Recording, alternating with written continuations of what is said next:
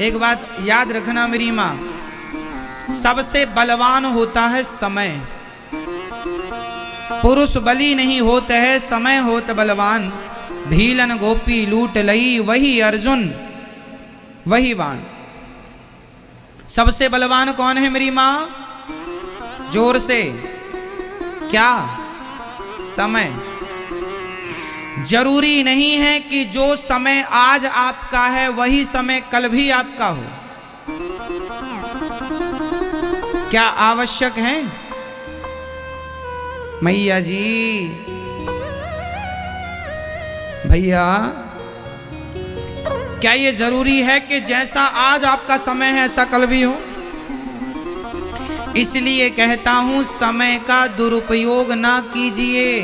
समय किसी का एक सा नहीं रहा। समय सदा किसी का एक सा नहीं रहा। समय सबका बदला है। जो कल राजा थे वो आज रंक हो गए, और जो कल रंक थे वो आज राजा हो गए। जो अमीर थे वह आज गरीब हो गए, जो गरीब थे वह आज अमीर हो गए। ऐसा आपकी नजर में कितने केस होंगे? मेरी नजर में बहुत लोग हैं जो पहले कुछ और थे, जिनका पहले डंका बजता था। कितने धनाढ्य ऐसे थे जिनके पास खूब पैसा था, आज उनकी संतानों को 2-2 वक्त की रोटी के लिए सोचना पड़ रहा है। और ऐसे कितने लोग थे जो एक टाइम खा के सोया करते थे, आज उनके घर में राजसी भोग बन रहे हैं 56 प्रकार के।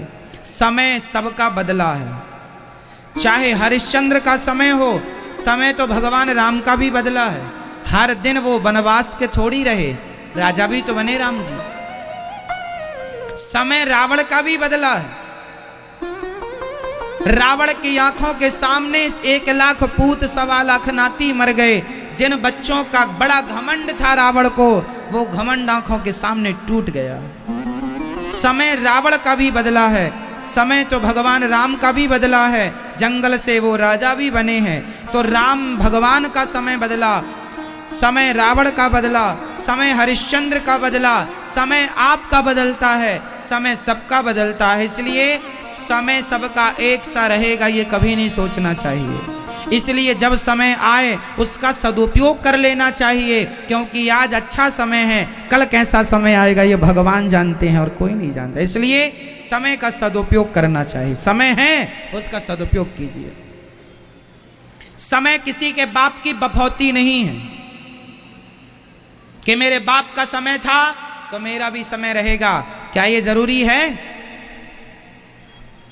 बोलो मेरी मां। इसलिए समय किसी के बाप की बफौती, समय तो समय है, समय समय पर होता है, समय समय की बात।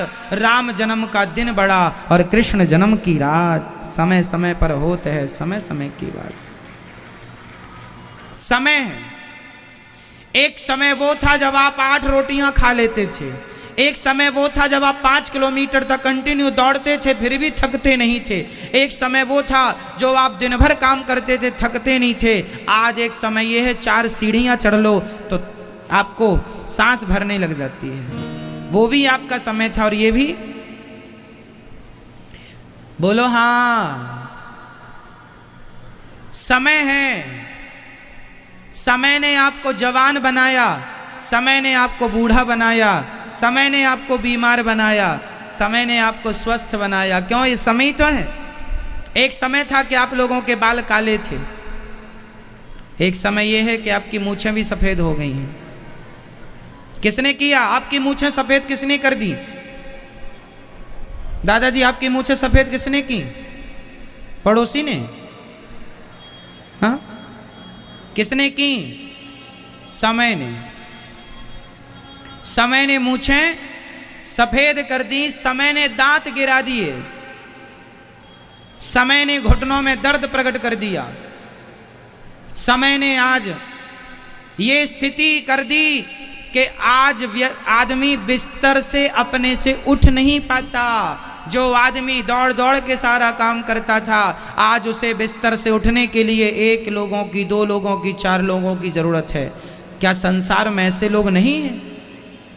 समय ऐसा आता है लोगों का अपने हाथ से खा नहीं पाते, उनको खिलाना पड़ता है। ये समय ही तो है। बोलो हाँ या ना? समय कब कैसा हो जाए, किसका हो जाए, कोई नहीं जानता। इसलिए जो समय ईश्वर ने दिया है उस समय को भगवान के चिंतन में खर्च करना चाहिए, भगवान में लगाना चाहिए। समय व्यर्थ नहीं गवाना चाहिए। एक राजा था, ये दुनिया की एक सांसारिक बात मैं आपको सुना रहा हूं, शायद कुछ समझ में आवे, समझिएगा। एक राजा थे, उनकी बड़ी सुंदर रानी थी। रानी राजा बहुत अच्छे से रहते, राजा बड़ा प्यार करते थे रानी, क्योंकि रानी बहुत सुंदर थी। सुंदर थी रानी, इसलिए राजा बड़ा पास में था, बड़ा प्यार। बहुत समय बीतने के बाद अचानक रानी को पता नहीं क्या हो गया, रानी को एक रोग हो गया।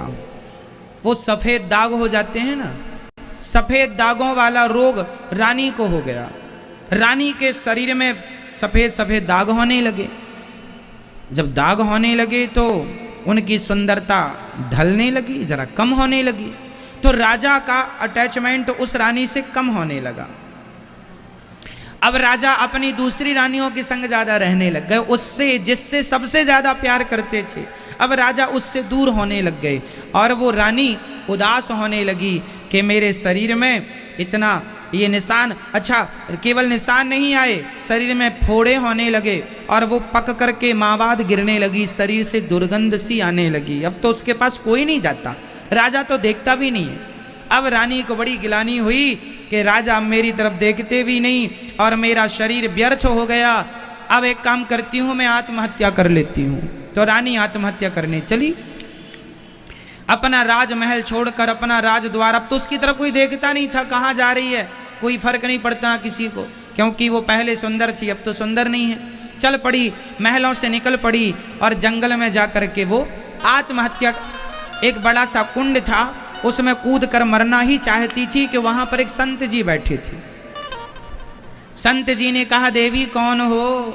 पूरा पता बताया, महाराज मैं फलानी की रानी हूं, मैं आज ये स्थिति है कि मैं, ये देखिए शरीर में क्या हो गया है।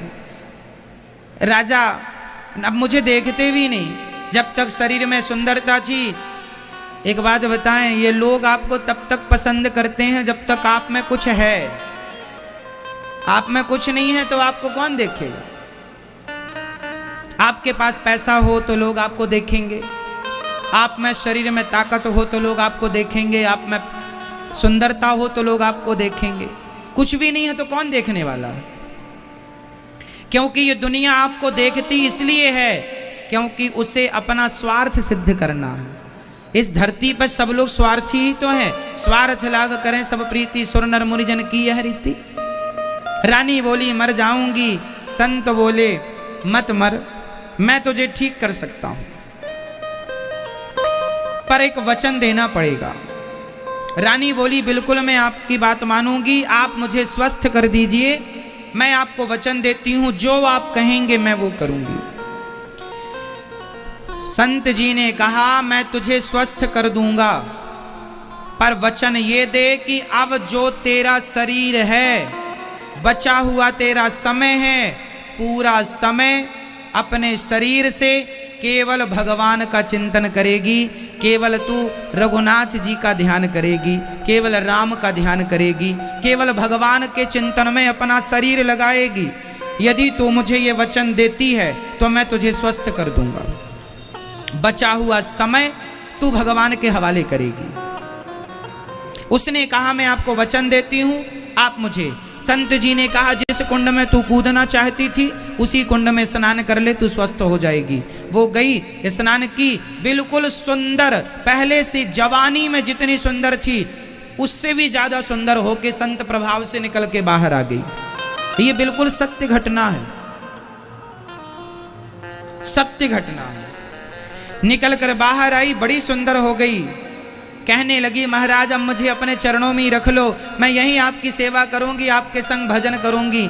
संत जी ने कहा तू अपने राज्य में जा और वहां रह के भजन करना, पर भगवान को ना भूलना। चली वापस, जब वो घर गई तो उसके पति राजा ने देखा, वाह तो बड़ी सुंदर। राजा फिर फुदक के वापस आ गया, बड़ी सुंदर हो गई हो, कहाँ गई थी, ये कहाँ से मिल गया शरीर इतना सुंदर तुम्हें। उसने कहा, राजा को उसने ज्यादा भाव नहीं दिया।